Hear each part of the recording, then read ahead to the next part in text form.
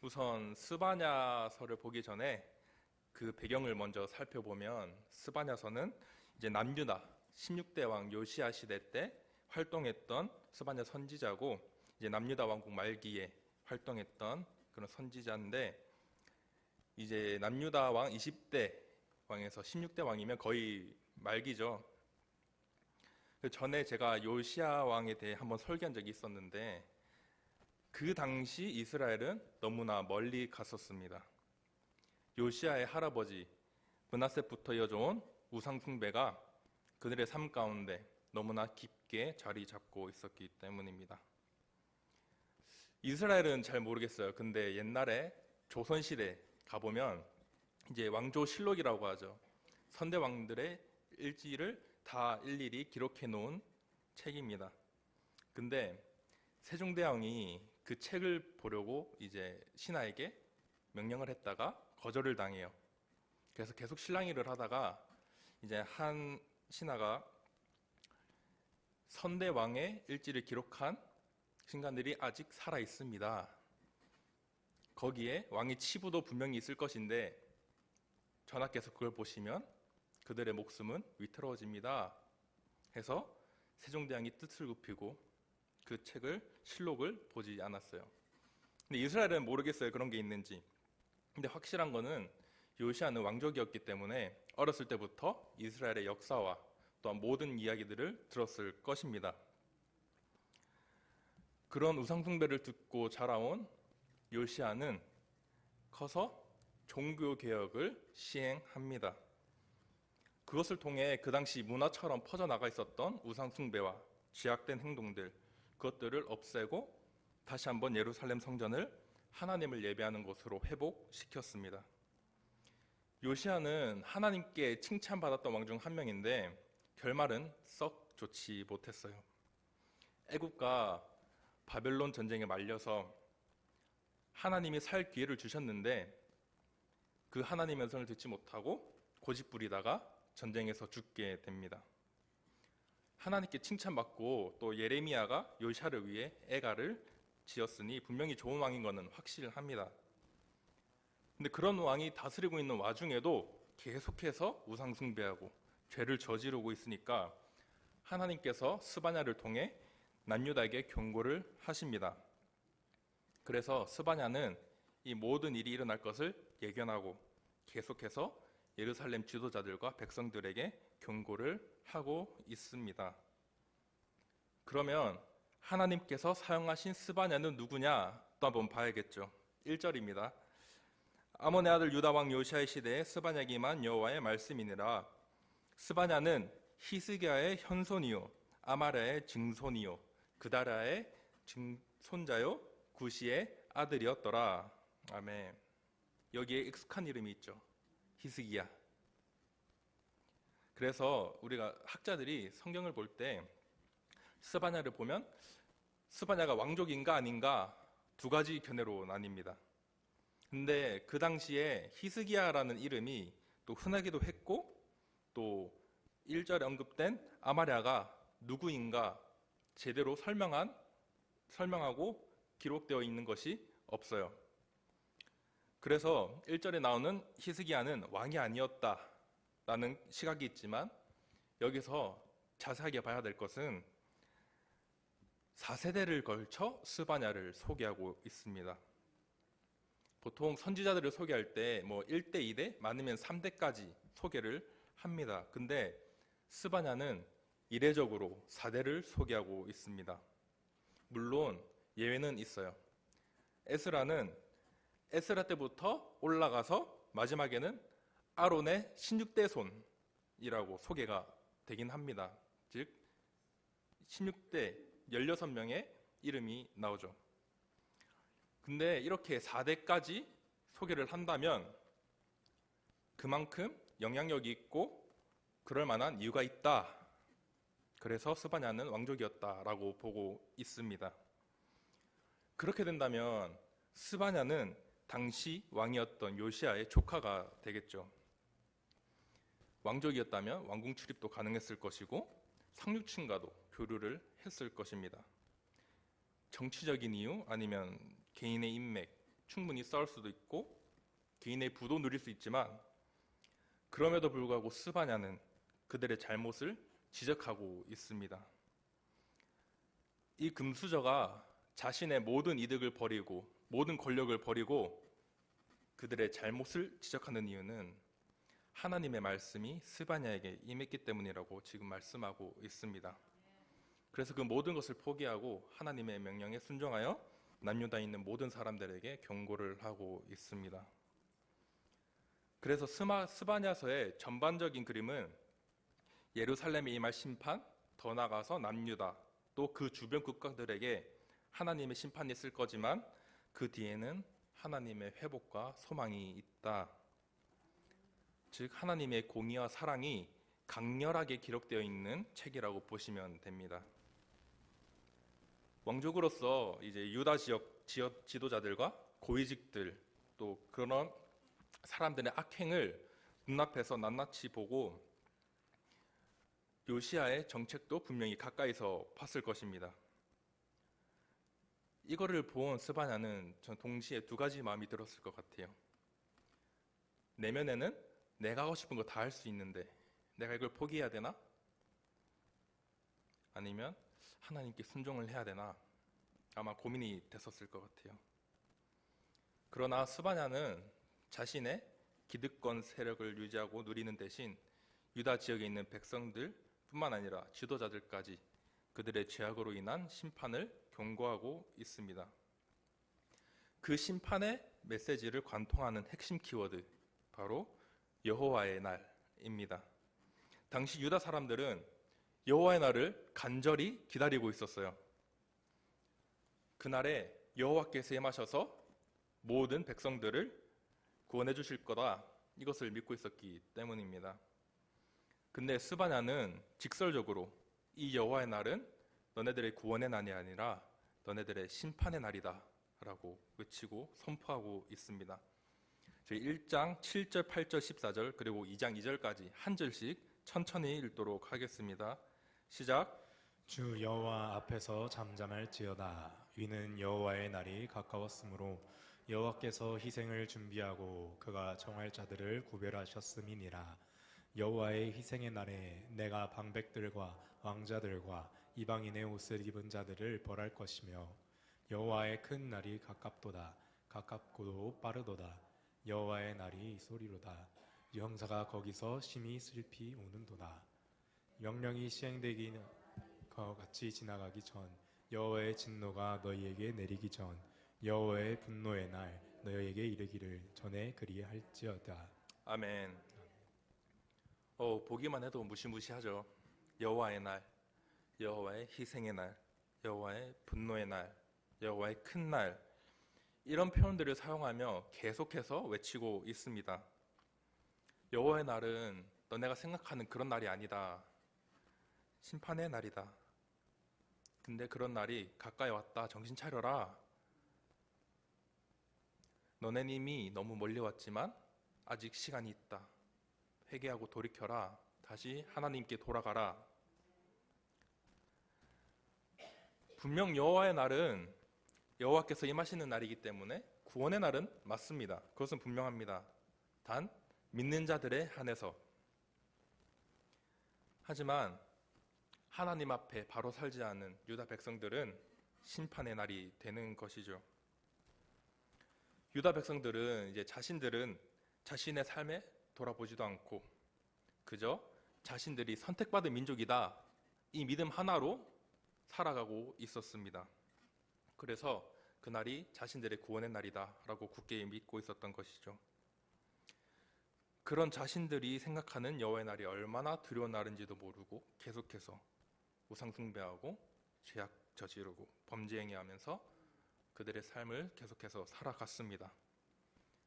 스바냐는 이런 유다 백성들을 향해서 이제 하나님이 천지 창조하셨을 때의 그 이미지를 뒤엎어서 묘사를 합니다.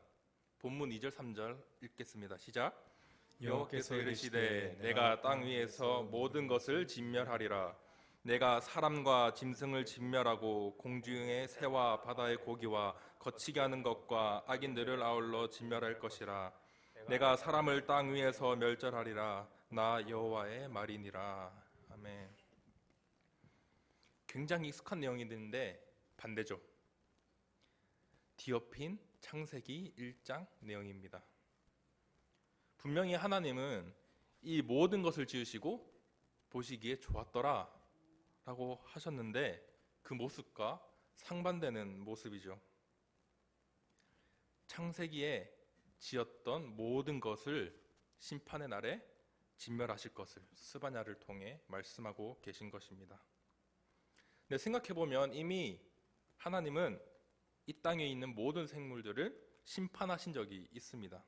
노아의 홍수 때 말이죠. 근데 홍수 때에는 방주에 들어가 있던 동물들 외에도 살아남은 생물들이 있었습니다. 물고기들, 또 바다의 생물들. 근데 스바냐가 말하는 여호와의 날에는 물속에 있는 물고기들도 살아남지 못할 정도로 강력한 심판이다. 그리고 그것이 너에게 곧 있을 거다 라고 외치고 있습니다.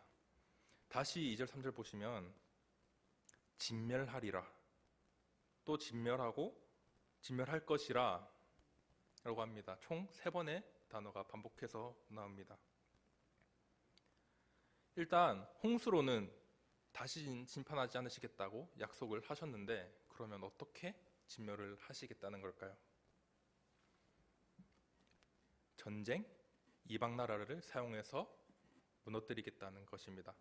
전반적으로 성경은 전쟁사입니다. 출애굽 때부터 이스라엘은 전쟁을 했었습니다. 그리고 왕정이 들어와서부터도 계속해서 전쟁의 위협이 있었고 전쟁을 했습니다. 그래서 이방 나라를 사용해서 쓸어버리겠다라는 것입니다. 2장에 보시면 이스라엘뿐만 아니라 그 주위에 있는 블레셋, 모압, 암몬, 심지어 아수르까지 질책하시며 결국 바벨론에게 멸망할 것이다 라고 나와 있습니다. 3장 8절인데 나 여호와가 말하노라. 그러므로 내가 일어나 벌할 날까지 너희는 나를 기다리라. 내가 뜻을 정하고 나의 분노와 모든 진노를 쏟으려고 여러 나라를 소집하며 왕국들을 모으리라. 온 땅이 나의 질투의 불에 소멸되리라. 아멘. 여러분, 이 말씀을 들을 때 그냥 단순히 구약 시대에 일어났던 일이라고 생각하시면 안 돼요. 물론 저와 여러분은 하나님을 믿는 사람으로서, 하나님의 자녀로서 유다 사람들처럼 우상 숭배하고 막 범죄를 저지르지는 않지만 때때로 혹은 자주 하나님을 실망시키는 저희의 모습을 볼 수 있습니다. 그리고 그 모습을 성경을 빗대어 돌아볼 수 있어야 합니다. 우리의 신앙은 늘 실패해요. 디폴트 값이 실패해요. 우리는 죄성을 띠고 있기 때문에 결코 승리하는 신앙생활을 살 수 없어요. 우리의 힘으로만 가지고. 우리는 예수님이 아니라 완벽할 수도 없고 또 유다 백성들처럼 심판의 날을 기다릴 수밖에 없는데 계속해서 우리는 이것을 우리의 힘으로 헤쳐 나가려고 합니다. 근데 우리가 몸부림쳐야 할 것은 우리가 더욱더 말씀 앞에 나아가야 한다는 사실입니다. 여호와의 날이 심판의 날이 될지 구원의 날이 될지는 저와 여러분 스스로에게 달려 있습니다. 내가 지금 믿음이 흔들려도 지금 상황이 너무 힘들지라도 그럴 때일수록 더욱 애써야 합니다. 나 혼자 애쓰는 게 아니라 나를 자꾸 은혜의 자리에 노출하고 말씀을 더 가까이 하고 하나님을 찾는 것에 애를 써야 하는 것입니다. 분명한 것은 하나님은 공의의 하나님이시기 때문에 결코 심판만 주시지는 않아요. 그 뒤에 분명한 하나님의 뜻과 회복이 있다는 사실입니다. 거기까지 도달하기에 저와 여러분들이 스스로 노력을 해야 하는 것입니다. 그냥 가만히 있는다고 그게 저절로 저에게 오지 않아요. 결국 하나님의 심판은 이스라엘을 멸망시키는 것이 아니라 그것을 통해 그들을 다시 한번 정결하게 하고 다시 한번 자녀로 삼아주시는 것에 있습니다. 그럼에도 불구하고 저희는 늘 잘못된 방식으로 우리의 신앙을 쌓고 있는 모습을 볼 수 있습니다. 기초공사가 잘못되면 높이 올라갈수록 불안해지고 더 흔들리고 언제 쓰러질지 몰라요. 그걸 보시는 하나님은 회개로 그 잘못 쌓은 우리의 신앙을 스스로 인정하고 다시 쌓기를 원하시는데, 우리는 그거를 내가 해보겠다고 끝까지 애를 쓰고 있어요. 근데 높이 올라갈수록, 그 시간이 더 길어질수록 쓰러질 때 더 아프고 먼지는 더 많이 날립니다. 그래서 때로는 하나님께서 고난과 시련으로 우리의 약하고 잘못된 신앙을 건드실 때도 있습니다. 이스라엘 때처럼 말이죠. 이스라엘은 이미 너무 멀리 가버려서 그들의 잘못을 인지하지도 못하고 있었고 노력도 하지 않았어요. 그러기에 하나님은 직접 이방 나라를 사용하셔서 나서십니다. 기초부터 튼튼히 쌓으라고. 그 무너진 잔에 다시 쌓을 수는 없으니까 거기를 깨끗하게 치우고 쌓아야겠죠. 우리가 우리의 연약함을 인정하는 순간 우리 안에 있던 어긋난 모든 것들이 무너집니다. 그 후에 잔해를 치는 일, 즉 회개를 통해 다시 한번 정결함을 가지고 시작하는 것이죠. 회개는 끝이 아니라 새로운 시작이라고 저번 주 토요일 날 말씀을 나누었습니다. 바벨론에 의해 남유다가 멸망을 하고 성전도 무너지고 포로로 끌려갑니다. 그럼에도 불구하고 하나님은 선한 사람, 순종할 수 있는 사람 소수를 남겨두셨어요. 그리고 포로 생활 후에 예루살렘으로 귀환하며 고레스 왕의 칙령으로 스룹바벨을 중심으로 다시 한번 성전 재건에 들어갑니다. 근데 짓고 나니까 그걸 본 1세대들은 와, 다시 성전이 생겼다, 저게 우리들의 성전이구나 기뻐하며 춤을 췄습니다. 근데 그걸 본 2세대들, 1세대들, 장로들, 즉 이미 솔로몬의 성전을 봤던 사람들은 그 새로 지어진 성전을 보고 슬피 웁니다. 너무 초라해서.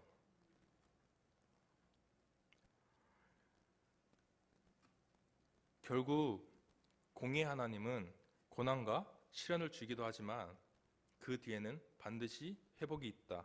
근데 내가 지금껏 해왔던 신앙들이 무너지고 지금 너무 힘들어서 그대로 무너져 있다면 이 시간 다시 한번 믿음으로 도전합니다. 스스로 도전해보세요. 다시 시작해보세요. 내 마음에 삐뚤삐뚤한 신앙이 있으면 새로운 게 들어올 자리가 없어요. 내가 무너뜨리고 지어야 합니다. 결국 그 시간을 통해 여러분들의 믿음이 성장되고 하나님의 회복이 여러분 가운데 있을 것입니다.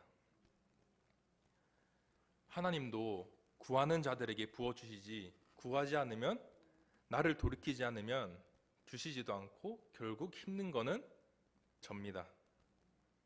6절입니다. 여호와를 배반하고 따르지 아니한 자들과 여호와를 찾지도 아니하며 구하지도 아니한 자들을 멸절하리라.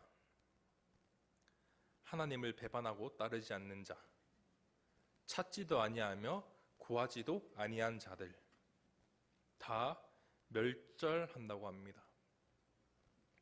멸절의 뜻이 제가 찾아보니까 어떤 존재나 집단이 아주 완전히 없어져서 다시는 존재하지 않을 것을 의미합니다. 흔적도 없이 완전히 사라지는 것이죠. 썩어진 마음밭에 뿌려진 하나님의 씨앗, 그게 썩어 흔적도 없이 사라지거나 아니면 밭을 잘 갈아 열매를 맺거나 둘 중 하나겠죠. 근데 이스라엘 사람들처럼 입으로는 하나님을 찾지만 마음으로는 두 가지의 마음을 품고 계시지는 않으신가요? 5절 세번역입니다. 지붕에서 하늘의 무별을 섬기는 자들, 주에게 맹세하고 주를 섬기면서도 밀곰을 두고 맹세하는 자들. 하늘의 별을 섬기는 자들, 옛날에 달 보고 별 보고 비나이다 하는 거. 그리고 분명히 우상 숭배는 큰 죄죠. 하나님께서 분명히 하지 말라고 명령하신 겁니다.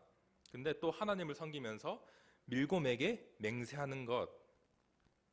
새 번역은 밀곰이라고 나와 있는데 개역 개정은 말감 또는 몰래개라고도 해요. 이게 발음의 차이인데 이거는 그 당시 암몬 지역에 있던 이방 신을 뜻하는 거였습니다. 이방 지역에 있던 신을 섬기는 것으로 어린아이를 혹은 자기 자식을 불태워서 이방 신을 섬기는 행위를 하던 것이었습니다. 레위기에서 이 말감, 몰렉에 대한 규제를 강력하게 하고 있습니다. 레위기 18장 21절입니다. 너는 결탄코 자녀를 몰렉에게 주어 불로 통과하게 함으로 내 하나님의 이름을 욕되게 하지 말라. 아멘. 몰렉에게 주어 불로 통과함. 이게 그냥 불로 인신 제사를 드리는 거예요. 또 예레미야 32장 35절입니다. 흰놈의 아들의 골짜기에 바알의 산당을 건축하였으며 자기들의 아들들과 딸들을 몰렉 앞으로 지나가게 하였느니라. 그들이 이런 가증한 일을 행하여 유다로 범죄하게 한 것은 내가 명령한 것도 아니요 내 마음에 든 것도 아니니라. 아멘. 스바냐와 비슷한 시기에 활동을 했던 예레미야도 분명하게 몰렉에 관한 것은 가증하고 하나님의 뜻이 아니다 라고 말하고 있습니다. 그런데도 유다 사람들은 하나님을 섬긴다고 하면서 하나님을 경배한다 하면서 몰렉 앞에서 같이 맹세의 보증을 서고 있었습니다. 본문 5절에 보시면 숭배라고 안 해요. 맹세라고 합니다. 이게 뭐냐면 아까 말했듯이 자식을 태워서 보증을 선다, 그 신이 보증을 선다라는 것인데 이 말은 나는 하나님의 선택받은 자녀이지만 하나님의 선택받은 백성이지만 하나님 100% 못 믿겠으니까 말감신으로 보증할게 라는 것입니다.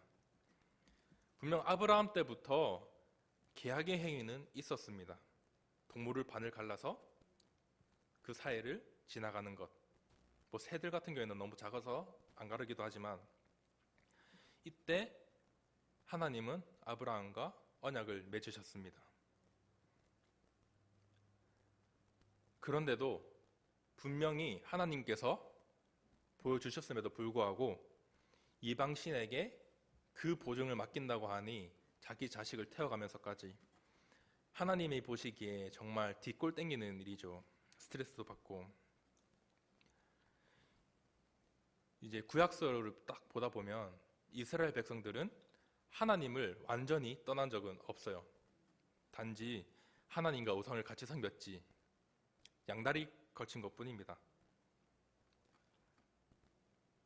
그래서 더 하나님께서 분노하셨는지도 모르겠어요. 솔직히 저희 연애할 때도 보면 딱 그렇잖아요. 깔끔하게 헤어지고 다른 사람 만나면 오케이, 그럴 수 있지. 근데 여기도 만나고 저기도 만나고 양다리 하면 그 진짜 기분이 더럽다고 표현을 하죠. 하나님인들 기분이 안 나쁘셨겠습니까? 분명히 하나님의 사랑을, 언약을 보여주셨음에도 불구하고 다른 신이랑 연애하고 있으니 유다 사람들에게 몰렉이 그들의 우상이었다면 여러분들 마음에 있는 우상은 무엇입니까? 여러분들의 감정이 될 수도 있고 혹은 여러분들이 스스로 할 수 있다는 자신감이 될 수도 있겠죠. 하나님의 도움을 구하기보다 내가 스스로 하려는 것, 나의 감정으로 인해 하나님께 순종하지 못하는 것. 슬픈데 어떡해요? 힘든데 어떡해요? 지금 병원이 집중 못해서 힘든데 어떡해? 지금 삶이 너무 힘들어요. 이렇게 나의 감정을 호소합니다. 근데 하나님께서는 뭐라 하시냐면 잠잠하라고 하십니다. 7절입니다. 주 여호와 앞에서 잠잠할지어다. 잠잠하래요. 새 번역으로 보시면 입 다물어라 라고 하고 있습니다. 진짜 입 다물어라. 직설적으로 찡찡대지 마라. 근데 근데 물론 하나님은 우리에게 감정을 주셨고 우리의 감정을 인정해 주십니다. 예수님도 똑같이 슬퍼하셨고 기뻐하셨고 또 우셨어요. 근데 하나님이 너의 감정을 드러내지 마라 할 때가 있었습니다. 그때가 언제냐면 하나님의 뜻에 어긋나는 감정이 생길 때, 그 감정에 놀리지 말고 내게 순종해라. 우리는 출애굽이나 아니면 여호수아나 곳곳에서 볼 수 있죠. 하나님께서 자주 말씀하시는 두려워하지 말라, 두려워하지 마라. 내가 지금 무서운데 어떡해요? 지금 내 눈앞에 사자가 있는데 잡아먹힐 것 같은데 무서운데 어떡해요? 못하겠어요. 이게 우리들의 고백 아니겠습니까? 그럼에도 불구하고 하나님은 두려워 말라, 두려워하지 말고 나에게 순종해라 말씀하고 계십니다. 여러분, 어떠한 감정이든 자신감이든 무엇이 되었든 그것들이 하나님보다 앞서고 있나요? 아니면 하나님 도와주세요 고백하면서 내 힘으로 해결하려고 스스로 애쓰고 있나요? 우리가 감정을 혹은 내가 붙들고 있는 무언가를 내려놓기 전에 온전히 주님 앞에 순종하며 의지할 때 하나님께서 우리에게 회복과 또한 새로운 소망을 주십니다. 하나님은 이 회복된 예루살렘에서 변화되고 신실한 사람들과 함께 거하시며 노래하며 기뻐하라고 하십니다. 아까 말씀드렸듯이 하나님은 포로로 보내실 때도 소수의 사람들은 남겨뒀어요. 그리고 그들과 함께 거하시며 기뻐하며 노래하라고 명령을 하십니다. 근데 놀랍게도 스바냐는 하나님도 노래하고 싶어 하시는 신이라고 말을 합니다. 스바냐 3장 17절 함께 읽겠습니다. 시작. 너의 하나님 여호와가 너의 가운데 계시니 그는 구원을 베푸실 전능자이시라. 그가 너로 말미암아 기쁨을 이기지 못하시며 너를 잠잠히 사랑하시며 너로 말미암아 즐거이 부르며 기뻐하시리라 하리라. 아멘. 너로 말미암아 기쁨을 이기지 못하시며 너를 잠잠히 사랑하시며 또한 너로 말미암아 즐거이 부르며, 즉 노래를 부른다는 것이죠. 또한 그걸로 인해 기뻐하신다고 하십니다. 유다 백성들이 그랬던 것 같이 저와 여러분도 잘못된 길로 가면 하나님께서 정신 차리라고 고난의 길, 시련의 길을 주실 때도 분명히 있습니다. 근데 그 시간은 결코 우리를 넘어뜨리려고 하시는 것이 아니라 그 시간을 통해 다시 한번 우리의 마음을 정결케 하고 다시 한번 주님 앞에 나와 주님과 함께 교제하라고 주시는 것입니다. 여러분들을 믿음으로 도전합니다. 힘들다고, 시험 들었다고 넘어지지 마세요. 무너지지 마세요. 그럴 때일수록 더욱더 하나님을 찾으셔야 합니다. 하나님은 공의의 하나님, 사랑의 하나님이시기 때문에 분명한 회복을 약속하셨습니다. 그 시간을 딛고 일어설 때 하나님께서 나로 말미암아, 여러분들로 말미암아 기뻐 노래하신다고 분명히 말씀하셨습니다. 힘들 때일수록 더 힘차게 일어나시길 바라겠습니다. 오늘 제목이 No Pain, No Gain인데 고통 없는 성장은 없습니다. 저도 기타를 치는데 처음 칠 때 손가락이 굉장히 아팠어요. 근데 치다 보니까 굳은 살이 생기고 어느 순간 안 아프게 됐는데 제가 그때 연습을 멈췄습니다. 그리고 몇 개월 지나니까 어떻게 됐게요? 굳은 살이 없어지고 다시 새 살이 솟아나서 또 아픈 거예요. 우리의 믿음도 마찬가지예요. 우리가 이 믿음 생활을 멈추면 결국 무너지게 되어 있습니다. 그리고 다시 일어설 때 더 아파요. 더 힘들어요. 그러기에 우리는 꾸준한 믿음과 순종을 가지고 하나님 앞에 나아가야 될 줄을 믿습니다. 다시 한번 말하지만 고난 없는 믿음의 성장은 없습니다. 우리가 이 사실을 기억하며 내게 허락하신 시련을 통해 더욱더 성장하는 저와 여러분 되기를 주님의 이름으로 축복합니다.